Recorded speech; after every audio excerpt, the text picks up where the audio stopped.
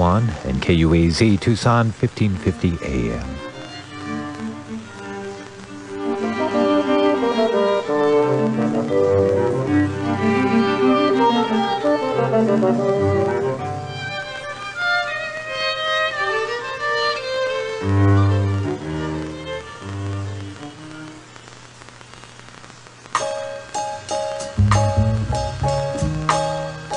From NPR News, this is special coverage of today's terrorist attacks on the World Trade Center and the Pentagon.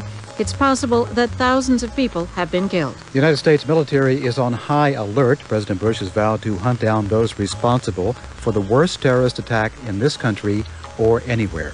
This is a special report from NPR News. I'm Noah Adams. And I'm Linda Wertheimer. From NPR News in Washington, I'm Ann Taylor. In terrorist attacks, 2 planes crashed into the World Trade Center this morning, collapsing the massive 110-story building. Then another commercial plane hit the Pentagon, setting one section on fire, and a 4th plane crashed about 80 miles southeast of Pittsburgh. In New York City, officials say they cannot search the wreckage of the World Trade Center until all fires are out. This morning's attack sent workers out of Washington and New York City.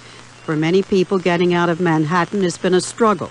Many bridges and tunnels are closed and public transportation is severely limited. NPR's Barbara Mantell has more on that story. People are walking over bridges like the Brooklyn Bridge, but cars are being turned back. Most tunnels are closed as well. At the Midtown Tunnel connecting Manhattan to Queens, however, one outbound lane is open. There, people are standing in the street, knocking on car windows, begging for rides. One woman, Courtney, is crying, desperate to get home to Staten Island. I'm really scared because I have a 2-month-old daughter at home and I want to get home to her so bad. And I'm scared. And I'm scared because will there be a tomorrow? Will there be a future for my baby? Not many cars are making it through the tunnel. Gridlock is paralyzing traffic through much of Manhattan.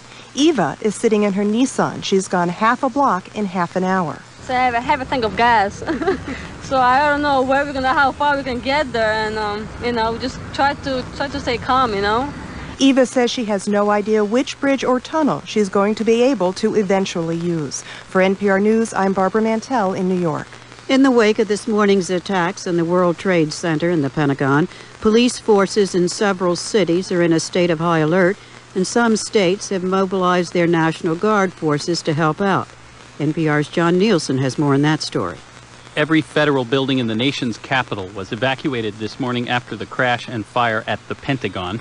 A line of soldiers now surrounds the White House, where authorities have received what's been described as credible evidence of a threat. In New York, where both of the Twin Towers have now collapsed, subways, bridges, and tunnels have been shut down, and all financial markets have been closed. As news of these incidents spread, well-known skyscrapers were emptied and closed in Chicago, Boston, Cleveland, and Minneapolis.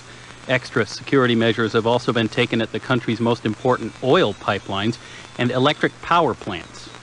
Finally, crowds of tourists reportedly have been asked to leave Florida's Disney World, Seattle's Space Needle, and other tourist attractions. John Nielsen, NPR News, Washington. In New York State, primary elections were canceled in the wake of today's attacks. Voters in New York City were to vote in primaries for mayor. This is NPR News. Good afternoon. I'm Bobby Clark, KUAZ News. Governor Jane Hull says there is no indication of a security threat in Arizona and that residents should remain calm. Hull says Arizona is on alert, but there is no danger. Expressing sympathy and urging prayer for victims and their families, Hull said state government will remain open. Davis-Monthan Air Force Base, Fort Huachuca, and the Marine Corps Air Station at Yuma have been placed on the highest security alert level, Condition Delta.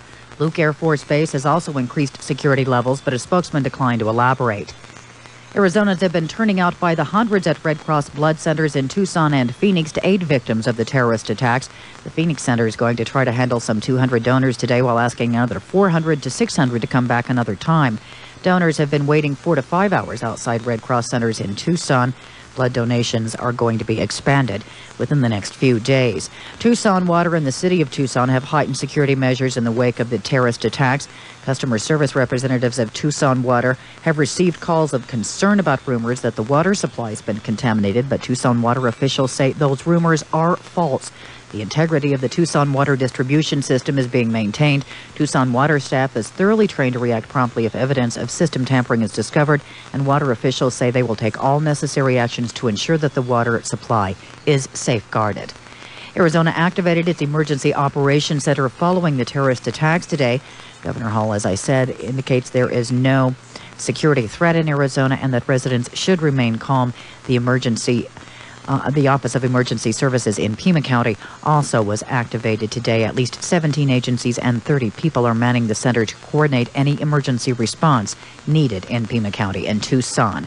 All Pima County and city buildings are open today, but the federal building and federal courthouse in downtown Tucson have been closed for the day as a security precaution. Park Place, Elcon, and Tucson malls are also reported closed. University of Arizona is remaining open. University President Peter Likens says faculty, staff, and students can leave the campus if they want to.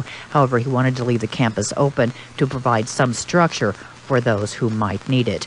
We'll be having updates throughout the day on what's happening at the local level as a result of the terrorist attacks. Stay tuned to KUAZ for updated information. I'm Bobby Clark, KUAZ News.